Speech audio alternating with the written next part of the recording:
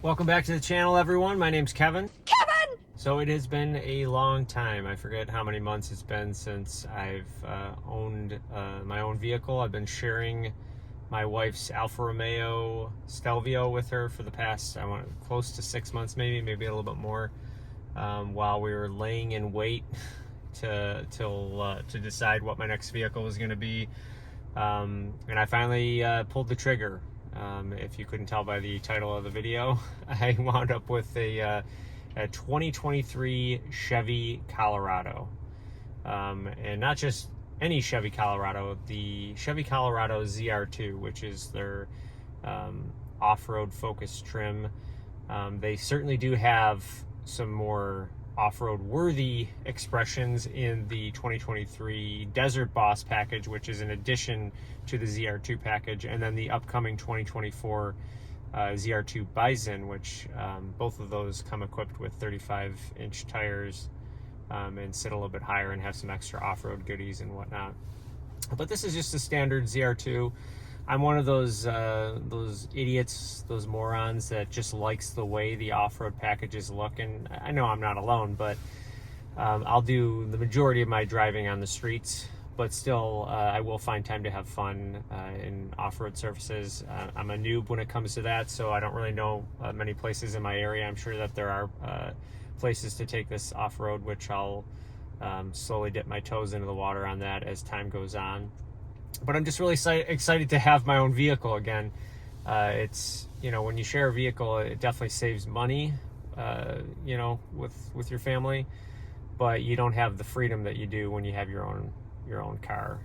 We're constantly going, hey, do you need a car tomorrow? I gotta go do this, or so on and so forth. So it'd be nice to have a little extra freedom. Certainly the car market has gotten a little bit better since when I actually kind of sold the F-150 right at a good time before used cars started to fall off a cliff in terms of their value. So I probably wouldn't have gotten nearly as much bang for my buck in the equity department had I not sold it when I did. So I'm glad that I kind of did sell it, even though I'm still upset that I had to sell that truck. Full disclosure and honesty, I actually also looked at a 2023 F-150 Power Boost, even though I said I would never buy one again during Christmas time because they were running some pretty good December deals. But it just ended up being a little too expensive. They weren't combining with the special interest rates with all the incentives, so it would have been slightly above my comfort level. And admittedly, I wasn't even shopping mid-size trucks at all. But I live in the city, as you can tell probably from where I am right now. The houses are very close together. The streets are narrow. People park on the streets. It's alternating every once in a while. Having a mid-size truck is a little bit more manageable. A lot of what I do driving-wise, a full-size truck was fine. Even in the city, I didn't have a problem parking in most places. But for maneuverability, a mid-size truck makes sense. And honestly, for utility for me, I didn't find too many instances where the full bed, even though it was a short bed in the F-150, was a necessity. Maybe there'll be future reasons that I'll find out that maybe that larger bed space would be helpful. But there was I believe like a 5.5 foot bed. This one's just over 5 feet, maybe a little bit more narrow. So, I think it'll be fine. I've not owned a GM product for a very long time, and admittedly the last GM product I owned was crap. So I don't know what my expectations are for the future on this one. I'm hoping that the reliability is better. The engine in the 2023 Colorados are a brand new powertrain for the new generation of Colorado trucks. However, the reason that I said, new model year, you should always avoid those, which I technically did with the F-150 because I bought a 22 and not a 21 when they did their generational update, but I still had problems anyway. But this 2.7 liter 4-cylinder engine has been in the Silverado for the past 5 years. It was specifically designed for truck applications, and they've been testing it and they've made changes to it in those 5 years to quote unquote better it. And I'm sure when I say better it, they found problems and they found ways to maybe correct those problems or make those problems less of a problem.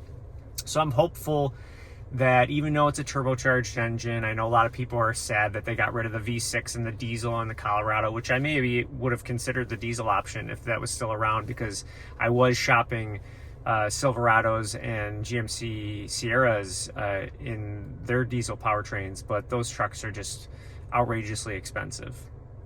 And with interest rates the way they are, they'd have to be 0% for me to even consider, and they're not. All the manufacturers are underwriting right now based on how the Fed has interest rates hiked up. Unfortunately, the interest rate I got for this is the highest interest rate I've ever paid on a car ever before.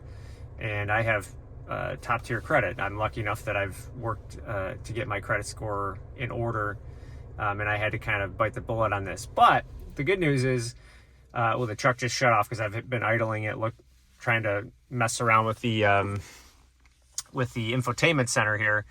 Learning what everything is. I didn't really get the chance to do this when I picked up the truck yesterday, but just wanted to kind of, see what all the settings are and everything, and change all the nuances of the truck to my liking. But yeah, I mean, the truck, because it is a 2023 and not a 2024, which technically I think they're building, and I don't know that there's any out on the ground yet, other than the pre-production models that you see all the YouTubers test driving and at the press launches. I don't think that many 2024s are out right now. This might have been, the truck I'm in right now was at the dealer for maybe 24, 25 days before I bought it. So I think that maybe this might have been one of the last produced 2023s before they started to make the shift over the 2024s. And I know that when these first came out and all throughout last year, people were talking, and at least the YouTube videos I've seen, that, they're lucky to get theirs. They pre-ordered it. Some people are fortunate enough to get GM employee pricing. I am not. But a lot of people were saying that, yeah, we had to pay MSRP. And I'm sure in some instances, maybe some places were charging above MSRP and people would pay it. But thankfully, I got this truck for $2,700 off MSRP, which puts it right in the range of being the base level price of a Chevy Colorado ZR2. But this has the convenience package, the technology package. It doesn't have a sunroof. As you know, I didn't option one in my F-150 either because I don't like sunroofs. I don't use them. Any vehicle I've owned with a sunroof, I rarely ever use it. Even the shade that keeps the sun out is almost always closed. So to justify spending an extra, I think it was $1,000 to option with the sunroof, it just didn't make sense. If it came on it and I was able to negotiate a good price, I would have done it. Now, one thing that's interesting that I would have paid for is the $500 Bose sound system, which is not on this truck. And I guess if you go on the build-in price right now, that's not even an option. So there might be an availability issue with those systems in the trucks. And even when I look at the 2024 build-in price, which is live and active right now too, it also shows that Bose is not an option on this. So that was a little disappointing, but at the end of the day, I mean, I turned on the sound system and it's more than good enough for me. I'm not someone that sits there and blasts it. The clarity and quality of it is, I'm sure, much better than a base audio system of 20 years ago on the Chevy Cobalt that I owned 15, 20 years ago. I don't know how long it's been, but yeah, it's fine. And, I didn't have to spend the extra $500. So, yeah, the MSRP on this truck was $50,700-ish, and I got it for right around 48, give or take 100 or two, because they threw in some all-weather floor mats on this. Those weren't on the options list, and I'm like, I always have all-weather floor mats. And as a matter of fact, on my F-150, I only optioned the all-weather floor mats and not the carpet mats because I was able to save a couple $100 doing that. In this case, it's nice that they come with the carpet mats, but in the climate I'm in with snow and salt every year, they should definitely just, you know, have that package automatically on these trucks because people are going to want them anyway. But the dealership was great and you know, didn't throw them in. Unfortunately, I tried to get them to throw in a tonneau cover. They're so expensive. They're like $1,000 for a good hard tonneau, and I live in the city, so I want something with some security. A soft tonneau cover is going to get ripped into in my neighborhood. It just will. I have people that come up and down our street every summer and they pull on car doors, and you know, I've had my next door neighbor's garage glass broken into, and you know, it is what it is. I chose where to live, so I'm not complaining about it, but I'm going to need to have a hard, rigid tonneau that no one could slice into with a knife and grab anything out of there. And to be honest with you, I don't think I've ever, even when I had the F-150, stored anything of value in there overnight that I wouldn't miss. Maybe a snow shovel that, you know, cost $20 at Home Depot. But anyway, so that is my big announcement. Yes, I will be doing some videos on this truck. It's a 2023. I know there's lots of videos already out there, but you know, through my through my eyes and through the filter of my experience with the truck, I'll share with you how I get along with it. I'm a different type of consumer than maybe some other truck owners. So maybe some of you out there who also are interested in trucks will, you know, maybe you'll have a similar situation to me, and this will be useful the videos I make will be useful to you. That is pretty much it for now. I obviously am going to be doing more videos on, you know, what the truck is all about, fuel economy, because, oh yeah, that's one thing I should mention. Fuel economy on this truck is going to be a big question mark. The window sticker says 16 miles per gallon in city and highway, and obviously that means 16 miles combined because of the 3-inch lift and the larger 33-inch tires, and maybe being a little slightly heavier with skid plates, a couple skid plates and stuff like that. I've seen a lot of people online saying that they get better than that, maybe in the high teens, and then on some trips on the highway they'll get into the 20s. I'm fully expected to just, if I get 16 at least, I'm happy. On the power boost, I was getting around 21, all said and done, I believe, which was also good for a full-size pickup truck with the utility of having the power inverter. But this truck I bought purely because it just looks badass. It does. It's a little bit of a vain reason for buying a truck, but I miss the high driving position. This definitely has that. I just missed having the utility of a truck. You know, once you have a truck, you know how hard it is to go back to a regular car. That driving position being lower, you can't really see over things. So I bought this truck because I think it just looks really cool, and I'm willing to compromise on the miles per gallon. Even though I do drive a fair amount for work, I think it'll still be worth it for me because of the smiles for miles mentality. I'll be happy to drive it and happy to get in it every day. It takes 87 octane. The engine was designed to work on 87 octane, so I don't even have to mess around with trying out premium fuel or anything like that because that's what it was built to run on.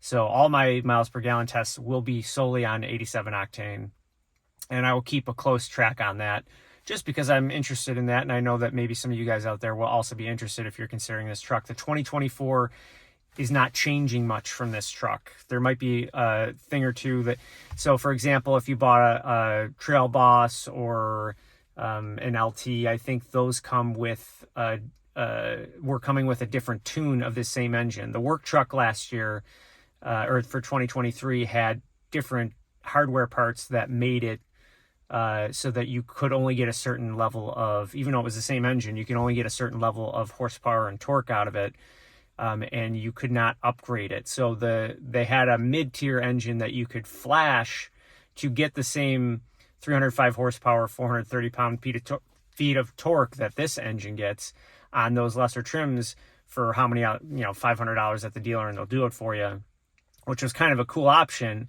But for 2024, I think they took away the base work truck option, and you'll either get the lesser one with the less torque to it that you could flash, or this one already, depending on the trim you get. I don't know which one it is. I haven't heard of too many other changes for the 2024 model year. I think, honestly, from all I've seen, from the way this truck looks, the way this truck feels so far, I know I've only owned it for a day, I think they knocked it out of the park, and there is no reason, unless there's some sort of reliability fix on some components for 2024, that they need to do anything at all to this truck, because it turns heads. It's really cool. I mean, I think I probably would have even been happy with a Trail Boss, even though it misses a lot of the creature comforts like the LED lights and stuff like that. But I'm glad I got the ZR2, even though I'm going to take the hit on the fuel economy. I think if you see them on video, they're cool. If you see it in person, it really, they're badass trucks. Anyway, I've blabbed on for long enough. That's my thoughts on my brand new truck. Thanks for coming back to the channel. If it's been a while since you've seen any of my F-150 videos and you're interested in this one, hopefully you're along for the ride. If you're just joining me, please click like and subscribe, and I'll see you guys in the next video.